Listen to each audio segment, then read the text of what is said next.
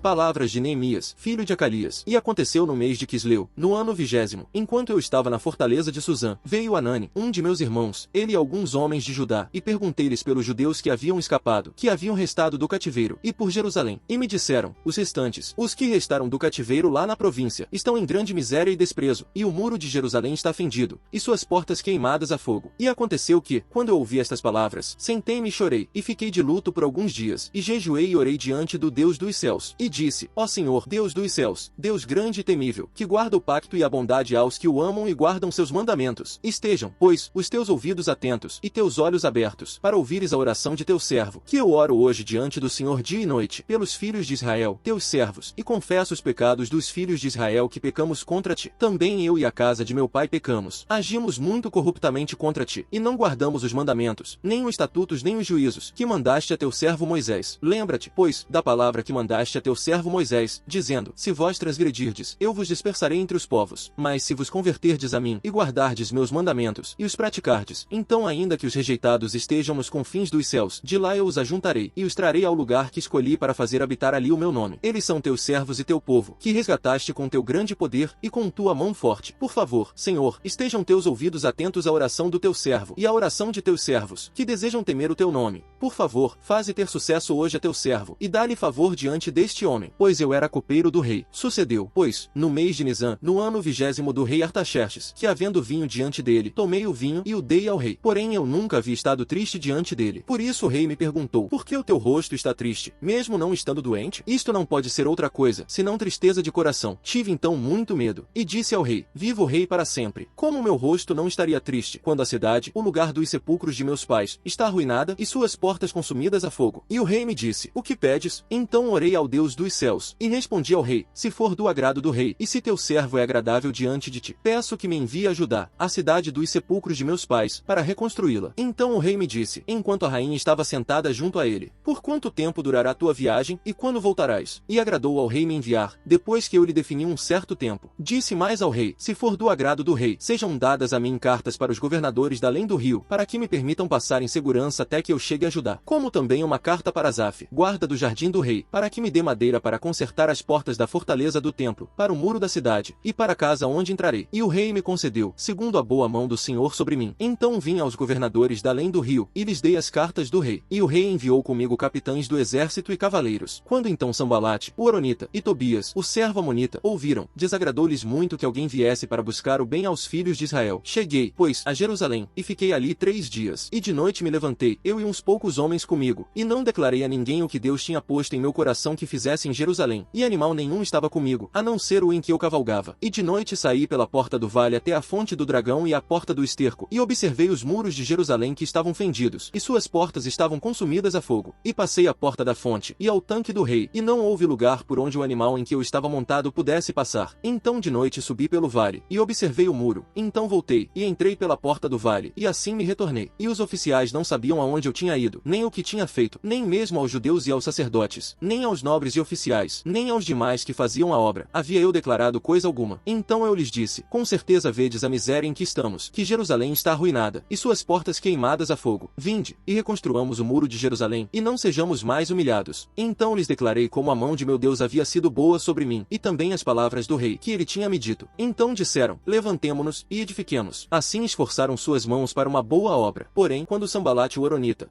Tobias o servo amonita, e Gesem o árabe, ouviram isto, zombaram de nós, e nos desprezaram, dizendo, o que é isto que vós fazeis? Por acaso estáis vos rebelando contra o rei? Então lhes respondi, dizendo-lhes, o Deus dos céus é quem nos dará sucesso, e nós, servos dele, nos levantaremos e edificaremos, pois vós não tendes parte, nem direito, nem memória em Jerusalém. E Eliasibe, o sumo sacerdote, levantou-se com seus irmãos os sacerdotes, e edificaram a porta das ovelhas. Eles a consagraram, e levantaram suas portas. Eles a consagraram até a torre de Meá, e até a torre de Ananel. E ao lado dela os homens de Jericó edificaram, e ao seu lado edificou Zacur, filho de Enri, e os filhos de Asená edificaram a porta do peixe, puseram-lhe vigas, e levantaram suas portas com suas fechaduras e seus ferrolhos. E ao seu lado reparou Meremote, filho de Urias, filho de Cós, e ao seu lado reparou Mesulão, filho de Berequias, filho de Mesesabel, e ao seu lado reparou Zadok, filho de Baaná, e ao seu lado os tecoitas repararam, porém os seus mais ilustres se recusaram a prestar serviço a seu senhor. E a porta velha Joiada, filho de Pazeia, e Mesulão, filho de Besodias repararam, puseram-lhe vigas, e levantaram repararam suas portas com suas fechaduras e seus ferrolhos. E ao seu lado repararam Melatias o Gibionita, e Jadom o Meronotita, homens de Gibeon e de Mispá, que está sob o domínio do governador da além do rio. E ao seu lado reparou Uziel filho de Araías, um dos ourives, e ao seu lado reparou Ananias, um dos perfumistas. Assim restauraram a Jerusalém até o muro largo. E ao seu lado reparou Refaías filho de Hur, líder da metade da região de Jerusalém. E ao seu lado reparou Gedaías filho de Arumaf, assim como em frente de sua casa. E ao seu lado reparou Atus filho de Asbaneias, Malquias filho de Arim, e Assub filho de Paate-Moabe, repararam a outra medida, como também a torre dos fornos. E ao seu lado reparou Salum filho de Aloés, líder da metade da região de Jerusalém, ele e suas filhas. Anum e os moradores de Zanoa repararam a porta do vale. Estes a edificaram, levantaram suas portas com suas fechaduras e seus ferrolhos, como também 1000 covados do muro, até a porta do esterco. Malquias filho de Recabe, líder da região de Bet-Aquerem, reparou a porta do esterco, ele a edificou, levantou suas portas com suas fechaduras e seus ferrolhos.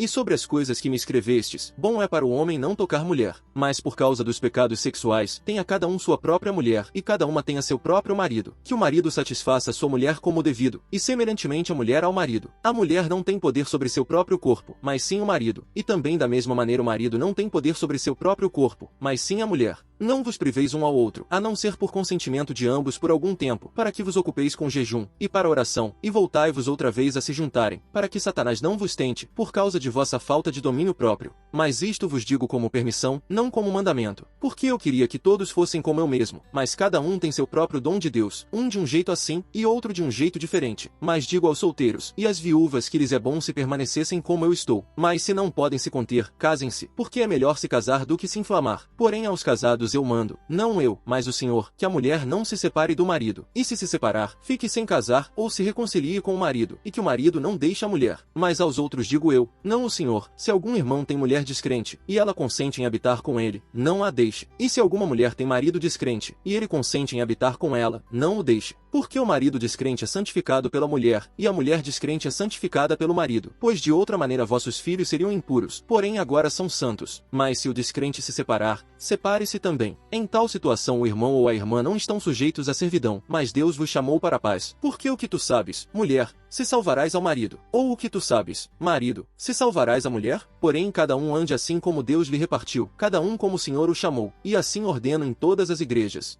É alguém chamado, estando já circunciso? Não desfaça a circuncisão. É alguém chamado estando ainda incircunciso? Não se circuncide. A circuncisão nada vale, e a incircuncisão nada vale, mas o que vale é a obediência aos mandamentos de Deus. Cada um fique no propósito em que foi chamado. Foi você chamado sendo escravo? Não te preocupes com isto, mas se tu podes te tornares livre, aproveita. Porque o que foi chamado no Senhor enquanto era escravo, para o Senhor é livre. Da mesma maneira também, o que foi chamado, sendo livre, se torna escravo de Cristo. Vocês foram comprados por alto preço, portanto não vos façais escravos dos seres humanos. Irmãos, cada um continue com Deus no estado em que foi chamado.